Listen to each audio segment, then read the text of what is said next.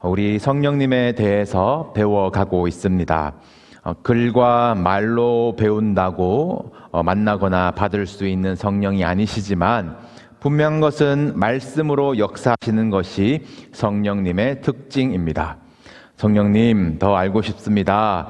오늘도 사모하는 마음으로 말씀에 기록된 성령님의 자취들을 따라가며 바른 이해를 쌓아가는 어느 순간 우리의 마음을 뜨겁게 하시고 확신하게 하실 줄로 믿습니다. 지난주 시리즈 첫 시간에는 구약의 성령님, 특히 창조의 영이셨던 성령님을 소개하였습니다. 혼돈과 공허와 흑암 위에 운행하시면서 창조의 말씀이 선포되도록 일하셨고 이 땅에 질서와 충만과 빛이 생겼죠. 그리고 먼지였던 우리가 하나님의 형상을 따라 지음받아 생령이 되도록 생기가 되어주신 창조의 영 성령이셨습니다. 구약의 창조의 영이신 성령님에 대해서 이제 이해를 해야 이 사도행전에서 복음 가운데 역사하시는 성령님의 사역을 이해할 수 있게 됩니다. 우리가 예수를 주로 고백하게 되는 그 순간은 이 성령으로 말미암지 않고는 되지 않는 일이죠. 그 순간들이 모두 있으셨고 또 있으시기를 바랍니다. 성령께서 그렇게 우리를 감동하실 때에 우리가 경험하는 성령의 역사는 성령께서 우리의 죄를 조명하신다, 이 죄를 깨닫게 하신다라는 것이었습니다. 아, 내가 죄인이었구나. 이 회개의 기도가 터져 나오는 것이에요. 이것은 복음의 역사가 맞습니다. 그런데 거기서 멈춰버리면 안 되는 것이거든요. 너 죄인이야. 그거 찌르시려고, 너 잘못했다고 말해, 그렇게 하시려고 참소하는 분이 아니시라는 겁니다. 참소는 마귀의 일이고요. 성령님은 우리의 죄를 깨닫게 하시고 그리고 나서 회복시키는 역할을 이제 일을 하십니다. 하나님의 형상으로 지음받은 그때의 모습, 그 생령, 살아있는 영적인 존재로 새롭게 창조하시는 일을 성령께서 하시는 것이에요. 다윗이 범죄한 후에 무엇이라고 간구했습니까? 내 속에 정한 마음을 창조하시고 내 안에 정직한 영을 새롭게 하소서. 주의 성령을 내게서 거두지 마옵소서. 주의 구원의 즐거움을 내게 회복시켜 주옵소서. 이 죄입니다. 잘못했습니다. 죄 털고 그대로 사는 것이 아니에요. 복음은 거듭나는 것입니다. 창조 때까지 올라가서 하나님의 형상, 그 지으신 목적과 디자인대로 성령께서 생기를 주시고 하나님의 입에서 나오는 말씀, 곧 예수 그리스도로 말미암아 사는 사람으로 다시 태어남, 이 새 영과 새 마음이 창조되는 것이 성도예요. 성령으로 나지 않고는 하나님의 나라에 들어갈 수 없다고 하셨습니다. 내가 뭘 어떻게 할까? 내가 뭘 해야 할까? 전전긍긍하지 마세요.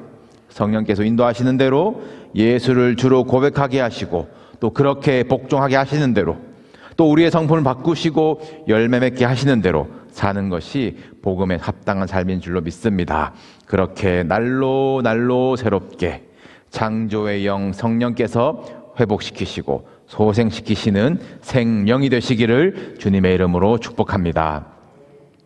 지난주 창조의 영, 그리고 오늘은 복음서에 들어와서 예수님에게 임하신 성령, 예수님의 사역에 성령께서는 어떻게 일하셨나를 보려고 합니다. 예수님의 잉태와 이 탄생의 준비와 과정들이 성령으로 말미암은 것은 당연한 것이고, 우리 공생애로 들어가 보면 예수님이 공생애를 시작하실 때 세례를 받으셨죠.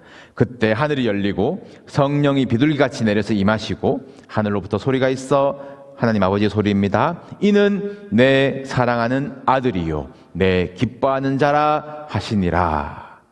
태초의 이 창조 이야기 때처럼 성부, 성자, 성령이 한 장면에 나타난 사건입니다. 예수님 세례 받으실 때 아직 아무것도 안 하셨어요. 뭘 이루거나 영광을 드러낸 것도 마땅한 열매도 아직 없으세요. 나사렛 몫으로 사셨습니다. 그러나 이 사명이나 목적이나 성취나 상관없이 존재 그 자체가 하나님의 사랑하는 아들, 내 기뻐하는 자라는 공적 선언이었어요. 세례 가운데 그 은혜가 있었습니다. 성령께서는 끊임없이 이 은혜를 우리에게도 회복시켜 주시거든요. 너가 누구인지, 누구에게 속했는지, 누가 너를 사랑하며 기뻐하는지 알게 하시는 것이 성령님의 일입니다. 영과 진리의 예배가 그런 것이에요. 우리에게 생기를 부어주신 분이 누구신지 생령이 된 우리의 반응이 예배인 것이고, 세상의 통치와 힘에 넘어가지 않고 하나님이 기뻐하시는 진리에 서서 하나님의 나라와 권세와 영광을 인정하는 것이 우리의 예배여야 하는 것입니다. 하나님은 사랑이시라. 저와 여러분을 하나님의 형상으로 빚으시고 숨을 불어서 생기를 넣어주시고 그 자체로 보시기에 힘이 좋았더라. 사랑의 눈으로 하나님 앞에 선 우리들을 기뻐 바라보시는 하나님이세요. 우리가 뭘 잘해서, 뭘 반성해서, 각성해서, 깨닫고 결단해서, 뭘 손에 들고 나와서 예배를 받으시는 것이 아니라 생영으로 창조하신 우리가 하나님 앞에서 영으로 반응하는 것, 예수 그리스도로 말미암아 하나님의 자녀가 된 그 구원의 기쁨이 회복되는 것, 그런 예배를 하나님이 기뻐 받으신 줄로 믿습니다. 우리 그 영적 예배를 지켜가야 하지 않겠습니까? 성령님은 예수님이 누구신지 확증하셨어요. 이는 내 사랑하는 아들, 내 기뻐하는 자. 나중에 베드로가 예수님이 누구신지 고백할 때 주는 그리스도시요 살아계신 하나님의 아들이라 고백했을 때에 이것은 너가 한 고백이 아니다라고 하셨거든요. 성령으로 아니하고는 누구든지 예수를 주시라 할 수 없다라고 하셨습니다. 그러니까 이 성령님은 예수님의 아이덴티티에 대해서 뿐만 아니라 구원받은 성도의 아이덴티티를 회복시키시고 확증하시는 일을 하시는 것입니다. 이 일을 하셔서 보혜사라고 하는데요, 이것은 잠시 후에 제가 설명을 드리겠고, 예수께서 세례 받으실 때에 성령이 임했고 곧 이어서 성령님은 예수님을 광야로 몰아내신지라 라고 되어 있습니다. 성령께서 주도하고 계세요. 몰아내시는 거예요. 이끄시는 것이에요. 이것을 우리 다른 표현으로는 성령 충만이라고 합니다. 지난 시간에도 이 성령의 이미지를 우리 왜곡하지 맙시다라고 부탁을 드렸는데, 우리가 흔히 성령님을 어떤 에너지, 하나님께서 넣어주시고 충전해 주시고 우리가 담아두었다가 아니면 흘렸다가 아니면 기도 빡 하고 만땅 채우는 어떤 기력 정도로 생각하면 안 된다라고 말씀을 드렸어요. 성경에 성령 충만이라는 것은 꽉 찬 상태를 말하는 것이 아닙니다. 사도 바울이 오직 성령으로 충만함을 받으라라고 권면을 했는데 그 문맥을 보시면 굉장히 뜬금없거든요. 갑자기 술 이야기가 나와요. 술 취하지 말라, 이는 방탕한 것이니 오직 성령으로 충만함을 받으라. 그러니까 여기에서 말하는 충만이라고 하는 것은 이 주도를 말하는 것이에요. 주도. 뭐 술 예절 그거 말고요. 주도권. 누가 나의 지각과 판단과 근거와 언행, 행실을 주도하고 있느냐. 그것이 충만입니다. 술을 마시면 술이 알딸딸해지면서 내 기분이 좋아진다, 걱정이 잊혀진다, 술에 의해서 착각되죠? 그렇다고 하더라고요. 네. 술이 더 들어가면은 말이 꼬이시죠? 네. 그리고 이 몸과 걸음을 주도하기 시작하고 계속 들어가면은 중독, 완전히 지배해버리는 것 아닙니까? 오직 성령 충만이라고 하는 것은 성령에 의해서 웃고 울고 성령에 의해서 말하고 행동하고 죽고 사는 것이에요. 오순절 다락방 기사를 보시면 그들이 다 성령의 충만함을 받고 성령이 말하게 하심을 따라 다른 언어로 말하기를 시작하니라. 성령이 말하게 하심을 따라 말하는 것이에요. 성령께서 그 입술을 주도하시는 것이에요. 스데반이 성령 충만하여 하늘을 우러러 주목했대요. 그리고 그의 행동이 어떻게 주도됩니까? 돌 들고 미친 듯이 달리던 사람들 앞에서 천사의 얼굴을 하는 것이 주도하시는 성령님의 역사예요. 휴대전화 배터리 100% 유지해야 하는 그 충만이 아닙니다. 성령께서 이끄시도록 주도권을 내어드리는 것이 성령 충만한 사람이에요. 100%로 꽉 차서 무결점 신앙생활로 유지할 수 있는 사람 없습니다. 조금 떨어지면 막 자책하고 포기해버리는 것, 그거 영적 결벽증, 강박증이에요. 그러나 우리 이 무게중심의 51%라도 성령님을 의지하면서 조금씩 기대어 보면은 무게추가 기울듯이 우리의 삶이 성령께로 기울어지고 성령께서 우리의 삶을 다스리시고 주도해 가시기 시작하시는 것, 그 착한 일을 우리 안에 시작하시고 그리스도 예수의 날까지 이루신다라고 하셨어요. 충만해서 따라가는 것이 아닙니다. 따라가면 이루어지는 것이에요. 우리 그러한 믿음의 장성한 분량에 이르는 성장이 있으시기를 축복합니다. 이 성령께서 예수님을 주도하셔서 광야로 몰아내셨어요. 이제 공생에 시작해 볼까? 애들 모아 볼까? 표적 일으켜 볼까? 예루살렘에 가볼까? 인간적인 많은 당연한 합당한 생각들을 꺾고 이 광야로의 걸음을 순종하시는 것이 성령 충만의 증거 아니겠습니까? 그리고는 마귀에게 시험을 받으세요. 그 시험들 무엇이었어요? 우리 영성훈련 때 배우신 분들은 아시는 토막이지만 이 예수님의 아이덴티티를 흔드는 시험들이었거든요. 너 하나님의 아들이거든. 이 돌들로 떡덩이가 되게 하라. 너 하나님의 아들이면 성과가 있어야지. 성과가 너를 말한다. 시험입니다. 너 나한테 절해라. 천하만국을 다 줄게. 너에게 줄게. 넌 무엇을 가졌니? 가진 게 너를 말한다라는 시험입니다. 너 여기서 뛰어내려라. 천사들이 너를 털끝 하나 안 다치게 보호할 것 아니냐? 그러면 사람들이 박수치면서 메시아다, 하나님의 아들이라 인정할 것 아니냐? 사람들이 뭐라고 하는지 그것이 너다라는 시험이에요. 오늘날 우리가 여전히 휘둘리고 있는 시험입니다. 우린 존재 자체로 하나님의 사랑하는 자녀, 내 기뻐하는 자인데 너 뭘 이루었니? 자녀 어떻게 키웠니? 얼마나 가졌니? 사람들이 너를 뭐라고 하니? 너 자랑할 건 있니? 우린 이것을 이길 수가 없어요. 끝이 없는 혼돈과 공허일 것입니다. 예수님이 이것을 어떻게 이기는지 보여주셨어요.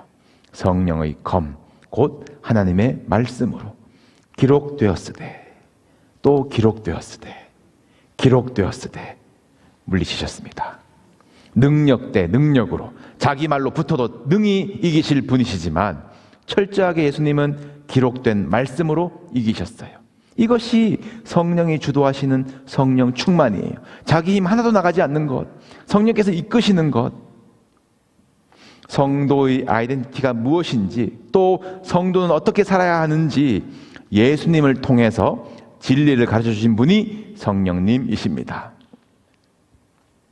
예수님의 사역과 가르침과 표적과 또 십자가를 감당하게 한 능력까지, 그럼 성령께서 다 주도하시는 건가 싶지만 이것을 또 양면성이라고 할까요? 성령님의 사역은 철저하게 그리스도 중심적입니다. 좀 풀어서 얘기를 하면 성령께서 충만하게 주도하시는데 그 사역은 또 철저하게 예수님의 오심을 예언하는 성령, 예수님을 통해서 하나님의 나라가 임했음을 나타내는 이적들, 예수님이 이 땅의 사역을 완료하고 가셔야 제자들에게 성령이 임하고 그 성령은 다시 예수님의 말씀을 생각나게 하는 일, 예수님의 십자가를 증거하게 하는 힘으로 역사하시는 겁니다. 예수님 중심이에요. 성령님과 예수님이, 그리고 하나님이 내가 주도할 거야, 내가 대장이야, 우위가 있는 것이 아니에요. 성령께서 이끄시는 것 같으나 성령님은 예수님을 중심으로 예수님을 위하여 사역하신다. 그리고 그 바탕은 사랑이시라. 하나님은 사랑이시라. 그 사랑 안에서 이 삼위께서 연합하고 계신 것이에요. 이것이 삼위일체의 신비입니다. 오늘 읽으신 본문이 그것을 말하고 있어요. 주님이 이제 십자가 사역을 완료하시고 가실 것을 얘기하십니다. 가시면 성령께서 오신다라는 거예요. 예수님은 이 오실 성령님의 이 별명을 붙이시기를 또 다른 보혜사라고 하셨어요. 또 다른이라고 이제 하신 것은 예수님 스스로가 이 첫 번째 보혜사가 되신다라는 것입니다. 그런데 이 세상이 보지도 못하고 알지도 못한 두 번째 보혜사가 오실 것인데, 그러나 너희는 그를 아나니라고 하셨어요. 왜냐하면 첫 번째 보혜사신 예수님과 두 번째 보혜사신 성령님이 연합이시고 같으시기 때문입니다. 다만 다른 것은 오셔야 하는 이유는 성육신 인간 예수님은 보이도록, 또 지역적으로 갈릴리에, 예루살렘에, 사마리아에 지역적으로 다니시지만 성령님은 시간과 공간에 얽매이지 않으시고 영원토록 너희와 함께 너희 속에 계실 것이라 라고 말씀하셨습니다. 더 탁월한 방식으로 우리와 각 사람과 함께 하시는 분이세요. 내가 너희를 고아와 같이 버려두지 아니하고 너희에게로 오리라, 너희에게로 온다. 이것은 재림 예수를 말씀하신 것이 아니라 오실 분은 성령께서 오시는데 너희는 나인 줄 알리라 라고 말씀하셨어요. 그러니까 성령께서 오시면 내가 아버지 안에, 너희는 내 안에, 그리고 내가 너희 안에. 헷갈리시나요? 성령께서 오시면 내가 아버지 안에, 너희는 내 안에, 그리고 내가 너희 안에. 이 말씀은 결국 성령이 우리 안에, 우리는 예수 안에, 그래서 아버지 안으로 사랑하며 또 사랑받으며 세상이 주는 것과 같지 아니한 평안을 누리게 하시는 것이 이 성령님의 일이라는 것입니다. 이 일을, 보혜사의 일을 2000년 전에 예수께서 하셨고, 예수님께서 가셨기 때문에 성령께서 또 다른 보혜사로 오셨고, 예수께서 갈릴리와 예루살렘에서 하시던 일들, 복음서의 일들을 오늘 여기서 여전히 성령께서 하고 계시는 줄로 믿습니다. 가르치시고 고치시고 살리시고 열매 맺는 일들, 낮은 자와 함께 하시고 먹으시고 함께 우시는 일들, 보호하시고 은혜를 베푸신다. 보혜사, 성령께서 하시는 일이에요. 보혜사, 방금 단어의 뜻을 풀어드렸는데 우리 일상에서 잘 쓰지 않는 단어이지 않습니까? 사실 이 원어, 이 파라클레토스라는 이 원어 자체를 마땅히 담아낼 이 번역이 영어에도 없고 한국어에도 없어요. 이 헬라어 문화권에서는 대개 이 단어를 대언자, 변호사, 법률 자문가로 썼고, 이 성경에 나오는 이 번역의 문맥 속에서는 위로자, 중보자, 상담자, 탄원자의 의미를 가지기도 합니다. 보혜사, 대언자래요. 대신 말해주신다라는 것입니다. 이 성경 어디서든지 이 성령께서 역사하시면 말을 먼저 잡아매신다라는 것이 참 큰 의미로 다가옵니다. 이 성령 강림 때에 120명의 말에 이 방언을 주셔서 성령께서 말하게 하심을 따라 말하게 하셨다, 대언하셨어요. 베드로가 성령 충만하여 이르되, 갑자기 그 어부 베드로가 5,000명이 회개하는 설교자가 되었어요. 대언하셨어요. 바울은 성령께서 하시는 대언의 일을 말하기를 성령이 친히 우리의 영과 더불어 우리가 하나님의 자녀인 것을 증언하시나니 라고 했습니다. 성령이 우리의 영과 더불어 증언하세요.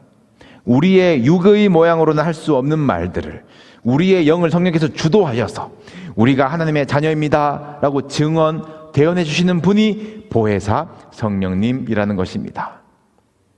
그래서 바울 서신을 제가 좀 요약 또 인용해서 풀면은, 우리에게는 육신을 따르게 하는 육의 생각이 있고 영을 따르게 하는 영의 생각이 있는데, 육신의 생각은 죽이는 것이고 사망이고 하나님과 원수가 되게 하는 것이며, 영의 생각은 생명과 평안이고 영으로서 몸의 행실을 죽이면 산다.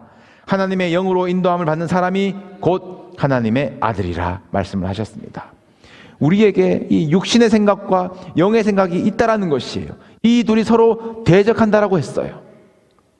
성령께서는 당연히 우리의 영과 더불어서 증언하신다라고 했고, 이 영의 주림과 영의 고아됨을 불쌍히 여기셔서 대언하시고, 또 영원토록 함께 하시려고 충만으로 이끌어 가시려고 운행하시는 분이신데, 저를 포함한 우리 모두는 보통 육신의 일과 염려에 매여 있을 때가 참 많지요.